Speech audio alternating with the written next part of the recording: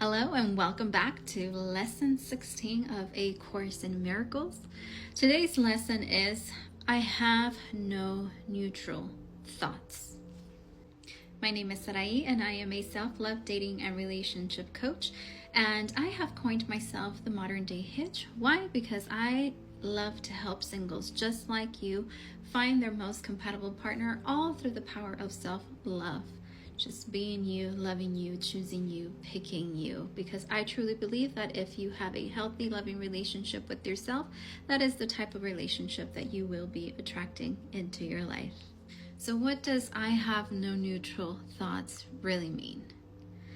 If we think about it really in the context of what it is, every thought that we have carries some sort of weight in our life, right? It shapes our perception of the world, it shapes our relationships, and ultimately it shapes our actual reality. So let's say if you're single, you're on this app or any other app and you're scrolling, and then you see a happy couple. What is the first thought that comes to mind? Is it something positive or is it something negative? So let's say you go into the, I'm never gonna have that. That's never gonna happen to me. That in itself is not a neutral thought. It is loaded with fear, with rejection, with maybe even some jealousy behind it. You get the point. It has other emotions behind it. It's not a neutral thought. And what it's doing is shaping your belief system and giving it experiences that the subconscious is going to take in and say, okay, yeah, I believe you. This is what it's starting to feel like too. I'm never going to find that.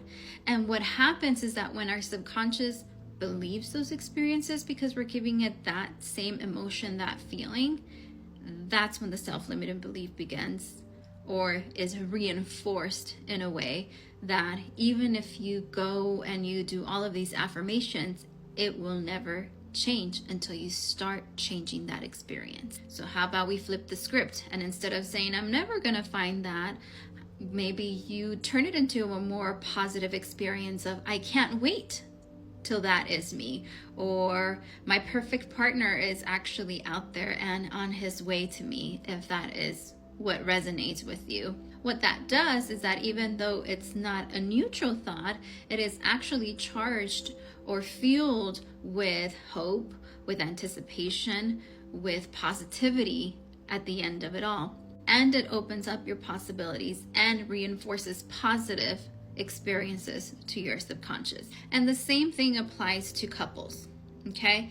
If your thoughts about your relationship are not neutral, as far as we're always arguing, this isn't going to work out, I'm so tired of this. Again, those thoughts are charged with negative emotions behind it. And these are not passive whispers in the back of your mind. You gotta remember, the subconscious is always there, just waiting to see what type of experience you're giving it, because the subconscious does not understand words. It understands feelings, emotions, the sense of this is what it feels like. So again, for the couples, how about we flip the script and we start thinking of, I am learning how to communicate with my partner, or my communication with my partner is better, or I have a very attentive, very secure partner, whatever really resonates with you, and start focusing on the positive aspects of your relationship instead of the negativity.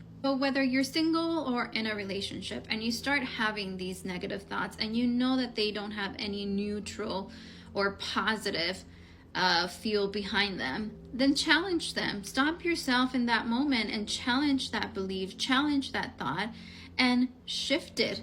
Is it easy? No. Are you always going to catch it? No. But this is why journaling at the end of the day is so important, so that you can be grateful for all of the things that you actually do have in your life, and you start living in that experience, in that mentality, in that energy, instead of focusing on the things that you lack. So I hope this lesson helps you. And if you haven't saved this, go ahead and save it now. If you haven't followed, go ahead and follow me for more about A Course in Miracles. And if you are wanting to know how this lesson can be applied to you and your personal life, you can always call me, send me a message, and we can set up an appointment and see how we can apply this to you. I am sending you all lots of love and light, and I will see you in lesson 17.